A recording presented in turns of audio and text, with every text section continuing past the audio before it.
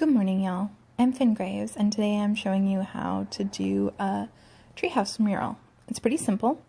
Find your materials and sketch out the shape of a tree. Feel free to grab reference materials and find a tree that you really like.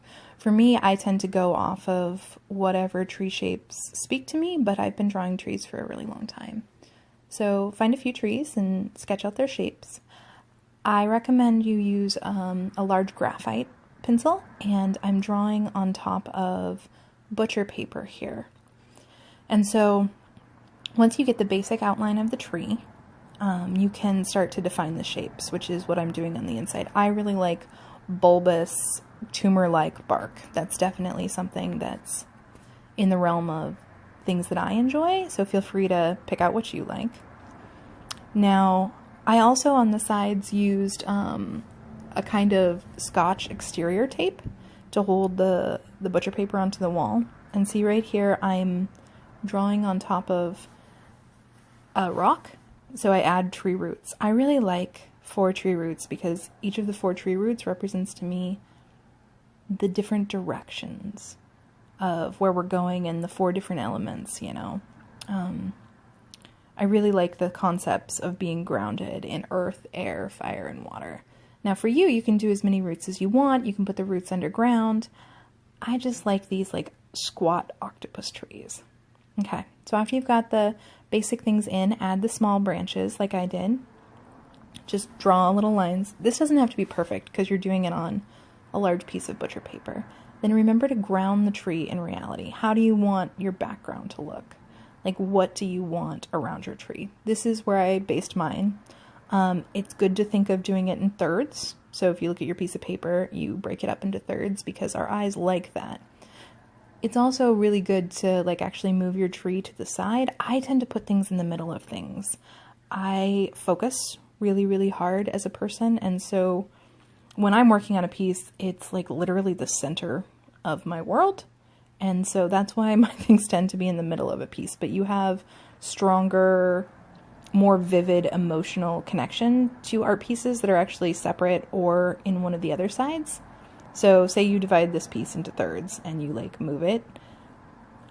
So it's got 3 on top, 3 in the middle, and 3 on the bottom, and then 3 on each of the sides. Like if you moved it to one of the other sides, it's going to have a stronger impact. And I'll probably demonstrate that in another piece, like the rule of thirds for art making. But this in my brain is like for a little kid's room.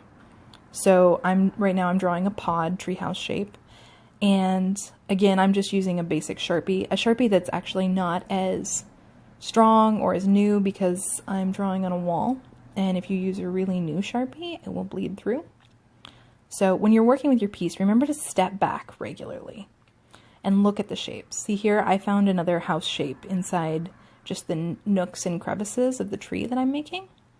And I'm pretty inspired by tiny houses. Tiny houses and tree houses and forts and weird, strange dwelling situations make me really happy.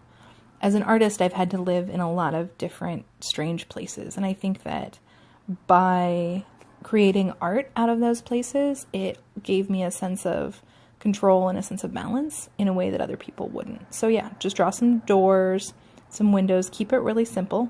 Because this is your basic sketch. So this is your first stage. We'll do, probably it will take 3 videos, but I can't promise.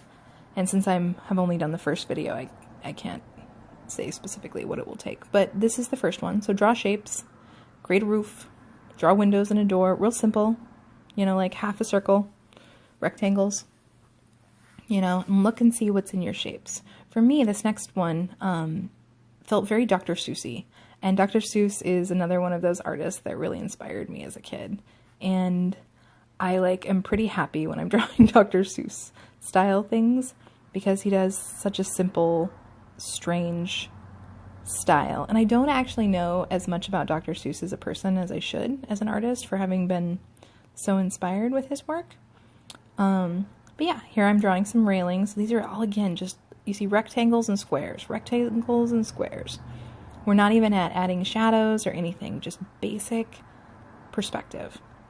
And especially if you're making this for a kid's room or for yourself, you don't really need to be complex about it, which is one of the reasons that I really like working with kids. They can see the representation of something very easily. I'm drawing tire treads in the tire swing. You might feel like adding tire swings or added little platforms or forks or ladders or stairs. Yeah, keep looking. I'm taking a minute here to like decide what shape I want that piece to be and how I want it to look. At the top, make sure to keep stepping back from your piece. That's a really important aspect. Here I follow the flow of the tree and I'm like, okay, here's where we're going to put the stairs and the wooden ladder that you often see on tree houses. And so this again is just long rectangles that are a little bit skewed. So, and don't be worried about your shapes because again, you're going to be working in graphite, not Sharpie. For me, Sharpie is my graphite, you know, like it's just a quick background thing. It's just the material that feels the best to me. But with a pencil, you can always go back and erase. But you don't want to erase at this stage. You want to just lay out all of the things. This is like your map to the drawing or the painting that you're actually going to create.